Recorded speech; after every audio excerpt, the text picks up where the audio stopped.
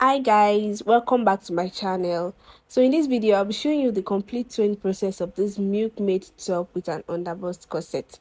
In my last video I showed you how to draft this pattern. If you've not seen the video, you can check the description box for the link to the pattern drafting tutorial. So please do well to subscribe to my channel if you've not, and please don't forget to like this video. So let's get straight to it.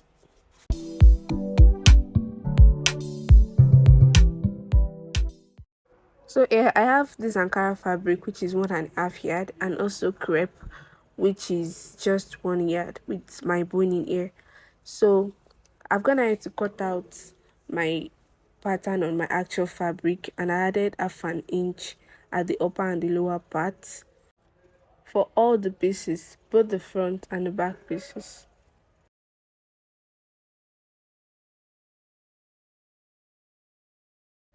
And I've also gone ahead to cut the lining for all the pieces. So the underbust area, I went ahead to cut my stay for the lining. So the first piece we are working on is the underbust corset area. So now I'm gonna have to cut out my crepe to create a boning casing. So I'm just going to fold the crepe like so, and then I'm going to stitch it on the fabric at that 3 parts. So this is how our front piece is looking like after creating boning casing. So now the next thing we're going to do is to pick the cup area like so, and then I'm going to gather the cup area like so. I'm going to gather both cups. So to do that, first I'm going to stitch down that middle part, that front middle part, just to cover the edges. I'm going to do that for the other part too, and then I'm just going to run a straight loose stitch at that part of the cup, at the lower part of the cup like so. So this is how our cups are looking like after running those stitches. Remember, this milkmaid top is going to have a rope at the chest area, so we're going to create the rope casing at the upper part of our cup like so. So I'm going to cut out our crepe, which is 1 inch wide. So I'm just going to place it on the upper part like so. After concealing that edge, after stitching that edge down, so I'm just going to place the 1 inch wide crepe on it like so, and then I'm just going to use my pin to pin it down.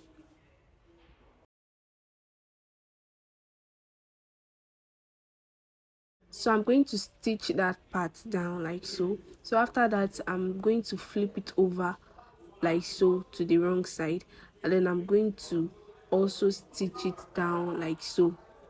So that will form a casing for the rope, and I'm also going to do that for the second cup. So this is how the cups are looking after sewing the casing. So I'm gonna have to stitch down my rope like so. So I'm just going to pass my rope into the rope casing using my safety pin. So this is how it looks. So I'm going to stitch down that edge to hold it down, and then I'm going to repeat the same for the second part. So this is how it is looking after also repeating it for the second part. So now I'm going to go ahead and pull the thread at the edge of the cup like so to form our gathers. So I'm gonna need to repeat the same for both cups. So now this is how our gathers is looking like. So now I'm just going to place the cup on the underbust corset area, right side facing right side like so. Make sure you locate the middle like so, and then I'm going to stitch down that part. I'm also going to repeat the same for the second cup area. Place it very close depending on how exposed you want that middle part to be. So you're going to place it like so, and then we're also going to stitch down that part. So this is how our front piece is looking after joining the cup to the underbust corset. as you can see. So the next thing we want to do is to insert our boning. So I'm just going to use a lighter to burn the edges to avoid poking the skin. So I'm just going to pass my boning into all the boning casing, like so. And make sure the boning is not reaching the extreme end of the top. Make sure there is about half an inch space for the sewing allowance at the hem of the top.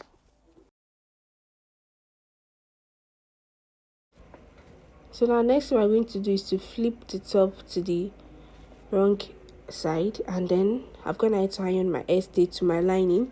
So I'm going to place my lining on it like so. Please watch closely, and then I'm just going to go ahead and stitch it down like so. So after that, I'm going to place the lining and the actual fabric right side facing right side like so.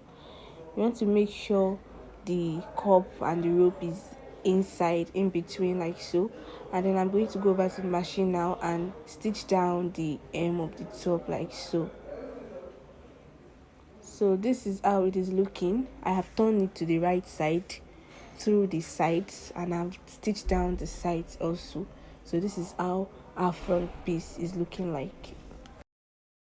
So for the back pieces, I'm going to open it up to the right side like so, and then I'm going to go ahead and place my lining on the fabric right side facing right side like so, and then I'm going to go ahead and stitch down the lining, the upper part, the zipper area, the side, and the hem of the top. I'll also go ahead and sew my dart intake, and then I'll repeat the same for the second part.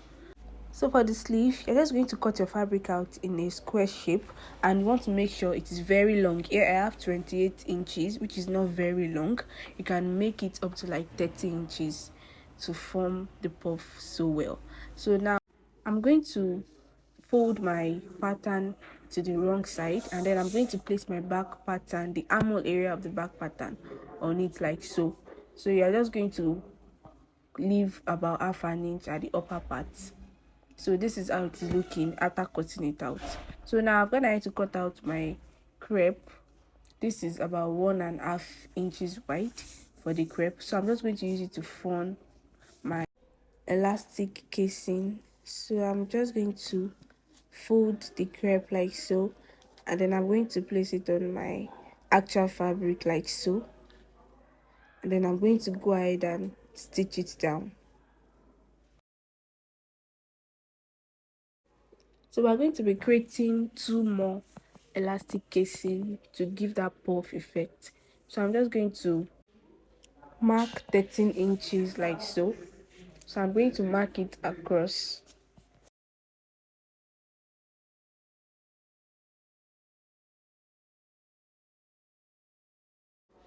So I'm going to use my ruler to extend the line like so.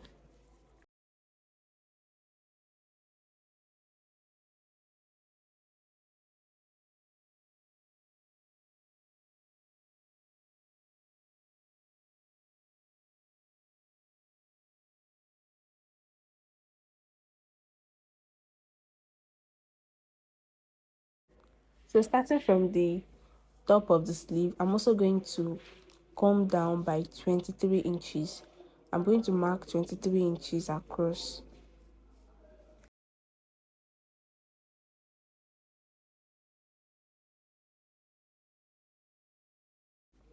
And then I'm going to also extend the line with my ruler.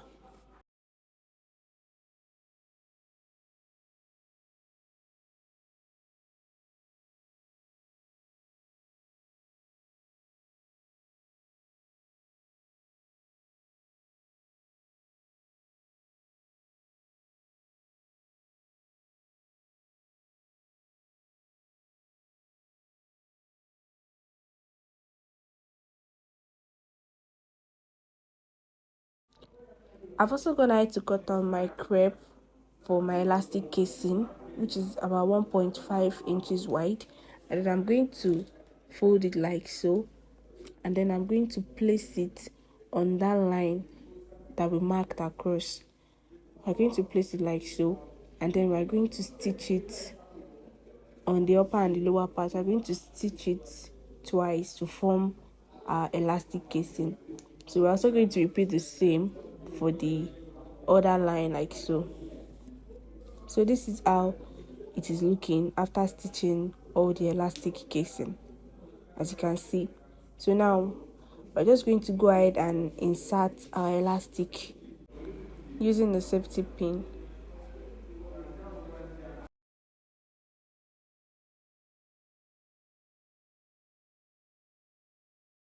So this is how our sleeve is looking like after passing the elastic into all the casing.